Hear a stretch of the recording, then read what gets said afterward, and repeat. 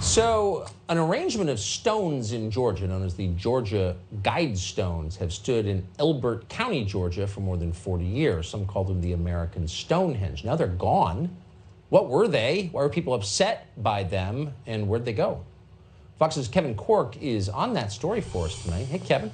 Interesting story indeed, Tucker. The GBI, that's the Georgia Bureau of Investigation, has released a surveillance video in the hopes of finding those responsible for setting off an explosion at the Georgia Guidestones Monument, which is, as you point out, often referred to as America's Stonehenge. It's a 19-foot high granite tourist attraction in Elberton, Georgia. It was damaged early Wednesday after, quote, unknown individuals detonated an explosive device. That according to the agency. And for safety reasons, we are told now that the structure has been completely demolished, again, according to the GBI, which is even tonight still on the hunt for the vandals. Now, you may recall the attraction actually gained a bit of attention back in May when Candace Taylor, she's a GOP gubernatorial candidate, suggested that the stones were satanic in nature, including a platform, part of her platform, that she wanted to get rid of these things. Today she tweeted this: God is good all by himself. He can do anything he wants to do.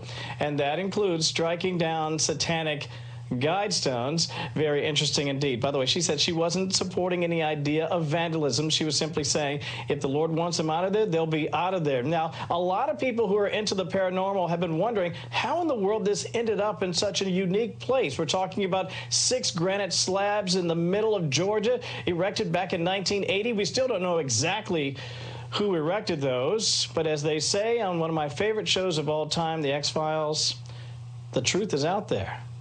Tucker? Well, that's a weird story. I must say, Kevin Cork. Thank you. You bet. Well, on to another weird story, the story of Boris Johnson. So after the 2016 referendum on Brexit, you remember, Johnson took over. He became Prime Minister, ultimately, then secured Britain's departure from the European Union, which still hasn't fully happened. Then Johnson got COVID and seemed to change completely. It seemed to emasculate him. In any case, he seemed to lose control of his own government. He imposed several lockdowns, even as government officials partied in London. And then there were a bunch of scandals. And then Boris Johnson said things that contradicted each other, and Boris Johnson got very weird. Anyway, today, Boris Johnson announced he's resigning as Prime Minister. It is clearly now the will of the Parliamentary Conservative Party that there should be a new leader of that party and therefore a new Prime Minister. The herd instinct is powerful. When the herd moves, it moves. And my friends, in politics, no one is remotely indispensable. And I want you to know how sad I am to be giving up the best job in the world. But them's the breaks. A man of enormous charm and promise, beclowning himself, wasting it all. What is this exactly? What happened here? Well, a man who knows Boris Johnson well is his former advisor, Thomas Corbett-Dillon. Thomas, thanks so much for joining us tonight. So, good to be here. First, the obvious question, why did Boris Johnson resign as Prime Minister? I don't fully understand this. Is there a specific reason? It's chaos, Tucker. It really is. You know, the short of the story is that we elected Boris to be the British Trump. You know, he was going to shake up the system. He was going to deliver Brexit. He was going to stick it to the elites. But he very quickly got sucked in by the sort of globalist agenda. You know, he spent a lot of time sucking up to Macron and Merkel, that he forgot he's a conservative. You know, as you said, he went very hard on lockdown, very hard on vaccines. He became woke, and then he, you know, fully signed up to this Greta Thunberg idea of the world is ending, which is not what the Conservative people voted for. You know, Boris was elected by a very large group of working-class voters that it was the first time they'd ever voted for a Conservative politician.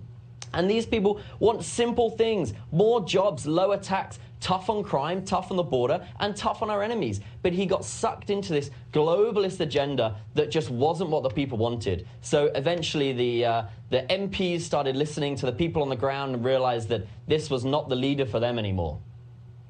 He so humiliated himself, and without offense to you, your country, I think, that you almost felt like there was something else going on here. Why would he have been sucked into the most conventional, dumb kind of lifestyle liberalism when he's obviously a very smart guy?